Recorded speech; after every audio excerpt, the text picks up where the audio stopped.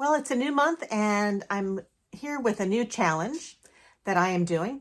I am doing a no spend January. What does that mean? That means I am not going to be going to any fast food places, any restaurants. I'm not going to shop on Amazon. I'm not going to the grocery store because I have lots of emergency food that I need to work through anyway, and food in the freezer that I've been stockpiling, so I need to use that up. So no more clothes, no more CVS sales, no more Nordstrom Rack browsing, none of that. It got a little carried away around the holidays. I don't know about you, but I overshopped. So that is over. No spending. I need to get my savings habit back in place. I need to continue keeping my credit cards paid off. And that is why I chose this for my January challenge. Now in December, as a follow-up, I did a glow up challenge where I was wearing makeup every day, trying to wear cuter clothes every day, and just kind of put myself together a little bit better for the holidays. And I did do that every day in December. I put a little bit of makeup on, fixed up my hair as much as I could. My hair is very short right now.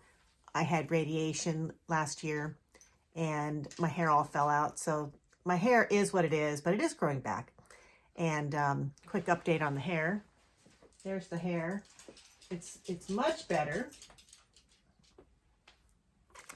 And so I've just been putting a little bit of makeup on and trying to fix myself up a little bit better. Wearing a little bit of perfume every day. So I've been smelling good, looking good, feeling good. And I really enjoyed that in December. So I'm going to continue that indefinitely. I like doing that. I've established the habit now, and so I like it. There's Butchie. Butchie says hi. He doesn't like to be too far from me. So that's what I'm doing for January, is no spending. And I will check back in, see how we do. And so for now, because my place is back on the market, I am going to focus on getting this place sold. So I'm going to spend more time cleaning, decluttering, clearing the place out so that when I do get an offer, it's easier to move. But that is my focus for January, I want to get my money right, get my health right.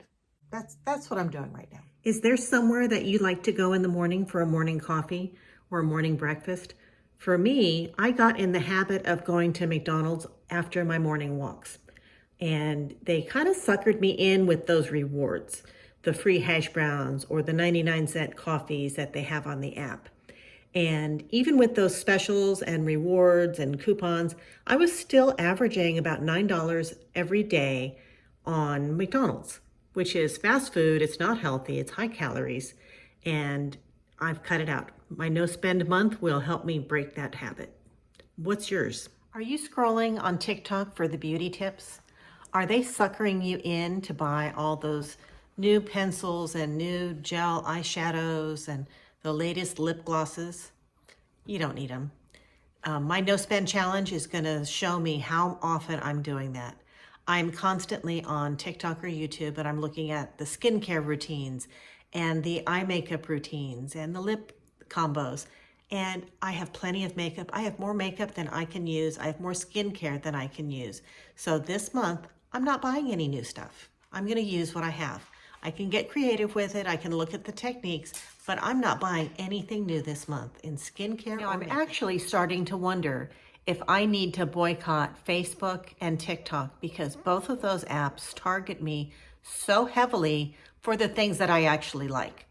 Facebook is sending me one ad after another to the places that I like to shop. I keep clicking the X button in the right-hand corner of those ads, and they just send me other places that I like to shop. And so I'm thinking for my no spend month, I may need to stay off of social media as well. Now, I'll still be here on YouTube. YouTube doesn't seem to target me as much with the shopping, but TikTok, boy, they get me on the makeup and the perfumes and the skincare and the clothes and the gadgets. I don't usually buy there, but a lot of times I'll see something that's interesting to me and I'll go over to Amazon and buy it. And Facebook is the worst because it's almost all ads, and they're places that I frequent regularly. You know, they're always sending me the Gap ads and the Natural Life, I think, is the cute dresses that I like, and Quince and it's never ending. And so I think I may need to stay off of Facebook and TikTok just to not spend money. So what am I going to do with all this free time when I'm not shopping? I guess I'm going to have to clear out my patio. Right now I've got way too many plants that have been neglected and are dying. These aren't going to do well on my open house on Sunday. So I need to clear all of these out and just start with a clean slate out here. So that's the first thing I'm going to do with my newfound time.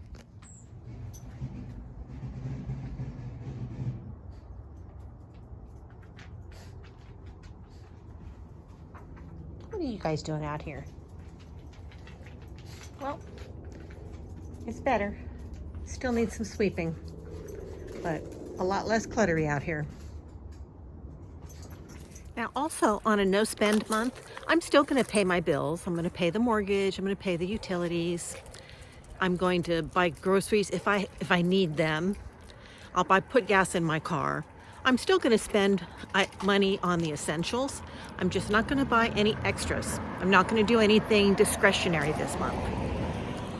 I'm also going to look at my subscriptions. I'm going to cancel as many of those as I can this month, and if I want them and I miss them next month, then I can put them back. Unless it's on a special. Like I've got Hulu, I think, is $1.99 a month, and if I cancel that, it'll go back to the regular price, so that I'm going to leave alone. I have to say, canceling all of my subscriptions or pausing them or skipping a month was oddly satisfying. I didn't realize how many subscriptions had crept back into my life, and now I've wiped them all out.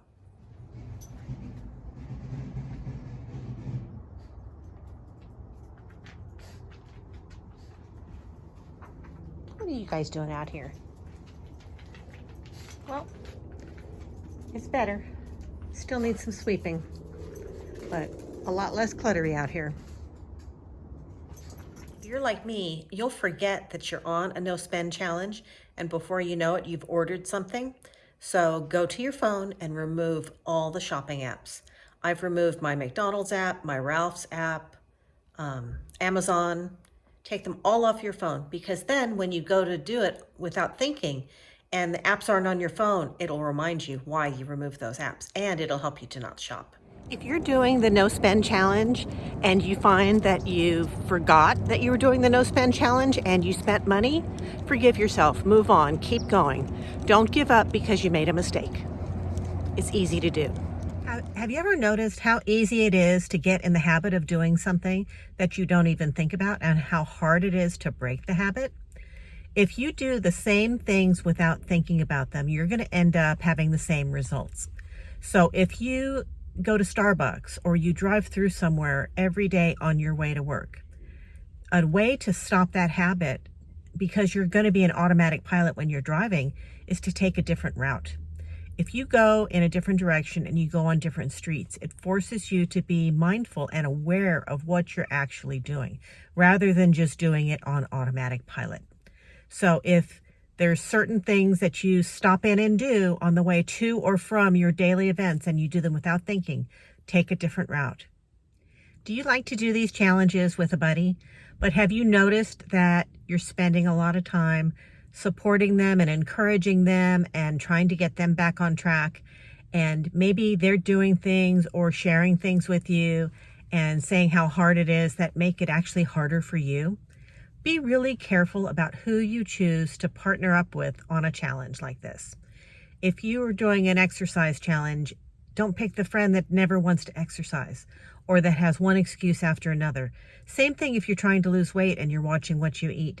Don't pick the friend that has one excuse after another to blow their diet, eat whatever they want, and cry into a box of chocolates. You may be better off alone on challenges. I have noticed that when I do the challenges alone, there's less friction. There's less of my focus being diverted from my goals and onto someone else's. Now, if you're doing it for your friend, that's a different story. But if you're trying to achieve goals that are important to you, you may be better off doing it alone, unless the friend is super supportive and on board and ready to go. And you know your friends, so you know who this applies to and who it doesn't. But be careful.